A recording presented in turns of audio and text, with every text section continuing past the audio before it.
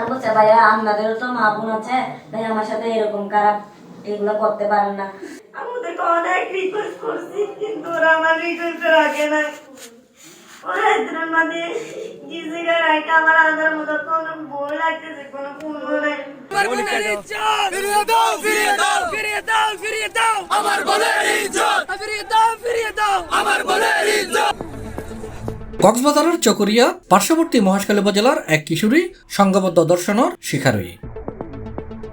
জানুয়ারির 5 তারিখ রবিবার রাত 10:30টার দিকে উপজেলার বদরহালি ইউনিয়নের উপকূলীয় বেরিবাদর ফেরাবনত এই ঘটনা ঘটটি। দর্শনের শিকার কিশোরী মহেশখালী উপজেলার বড় মহেশখালী ইউনিয়নের বাসিন্দা বলে জানা গিয়ে। আর ঘটনার তাৎক্ষণিক সামাজিক যোগাযোগ মাধ্যম ফেসবুক ছড়াই ফেললে চারিদিকে নিন্দার জ্বর উঠে।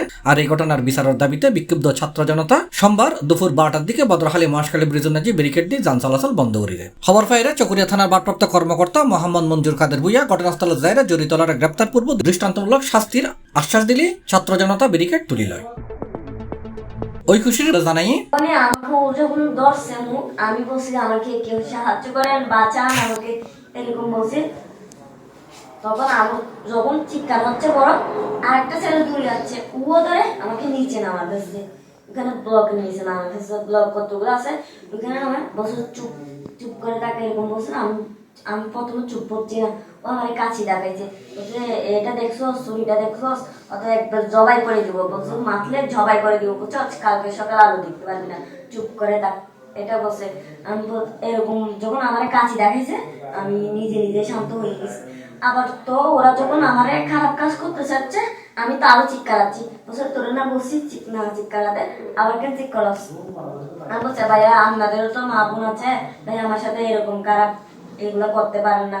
তো এটা বলছে, বলছে তুই কথা বেশি কি হতে চুপ করে থাকতে বলছি, তুই চুপ হবি যে, বেশি বললে এখন জবাই করে এদিকে খালে বাই দিব।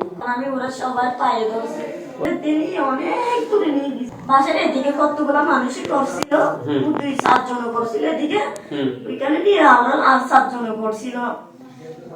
আবার আর কে গাছ আর এটা মনে নাই, মিলে গেছে। এটা পুরো একটা মাছ রাস্তায় নিয়ে আমার ফেলে গেছে, লাগে কিছু পারাবার মতন। আমি কেমনে আসবে একটা একলা। আপনি কিভাবে আসছেন এখান থেকে? আমি এখান থেকে আসছি, আমি বলছি ভাইয়া আমাকে একটু সাহায্য করেন, ভাইয়া ভাইয়া। আমি ওদেরকে অনেক রিকোয়েস্ট করছি কিন্তু ওরা আমার রিকোয়েস্ট রাখে না। ওরা এদের মানে জিজিগা রাখে আমার আধার মতো কোনো বই লাগতেছে, কোনো পূর্ণ নাই, ওই ফোনটা নিয়ে ফেলছে। আমি কেমনে আসবো? টাকা পয়সা গুলো নিয়ে বসে, ব্যাগটাও নিয়ে বসে, আমার স্যান্ডেল পরছি এগুলোও নিয়ে বসে। ছাত্র জনতা জানাই এই ঘটনার ন্যায্যে সিএনজি চালক সরাসরি জড়িত। যে গাড়িতে নিয়ে দর্শন হয়েছে এবং গাড়ি লাইসেন্সকে জবাবদিহিত করতে হবে। আমরা আমাদের দাবি আদায় না হওয়া পর্যন্ত আমরা পথে থাকবো, এই রাজপথে আমরা রক্ত দিয়ে যাব। আমার বোন যেভাবে ইজ্জত ঢালে হয়েছে সেই ইজ্জত আমরা ফিরে নিতে চাই, ঠিক কিনা বলেন?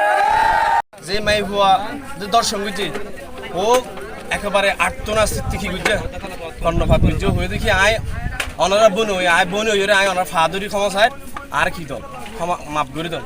কিন্তু এই জালেম, এই নরফিসু, এই দুষ্কৃতকারী অবৈধ সন্তান হলে কি নেওয়া দেয় আর বোনের ইজ্জত ফিরে নেওয়া দেয়।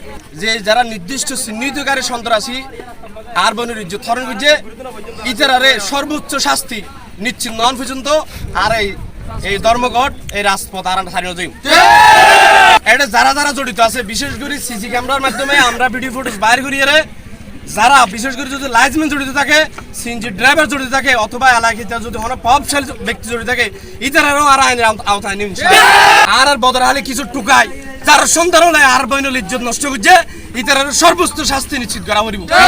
এই বিষয়ে চকরিয়া থানার ভারপ্রাপ্ত কর্মকর্তা মঞ্জুর কাদের ভুইয়া হই যারা ঘটনায় জড়িত প্রাথমিকভাবে আমরা বেশ কয়েকজন সন্দেহভাজনের নাম এবং ছবি তাকে দেখেছি, শনাক্ত করতে পারে নাই। আমরা প্রকাশ্য গোপনীয়ভাবে এবং আপনাদের সাহায্য নিয়ে যারা এই কর্মের সাথে জড়িত আছে তাদেরকে আমরা যে কোনো মূল্যে গ্রেফতার করবো। বাংলাদেশে যেখানে থাকুক আমরা সর্বোচ্চ পেশাদারিত্বের সাথে কাজ করব। এরকম ন্যাক্কারজনক ঘটনার ন্যায্যে এলাকার নাজি তুলফার সৃষ্টি হয়।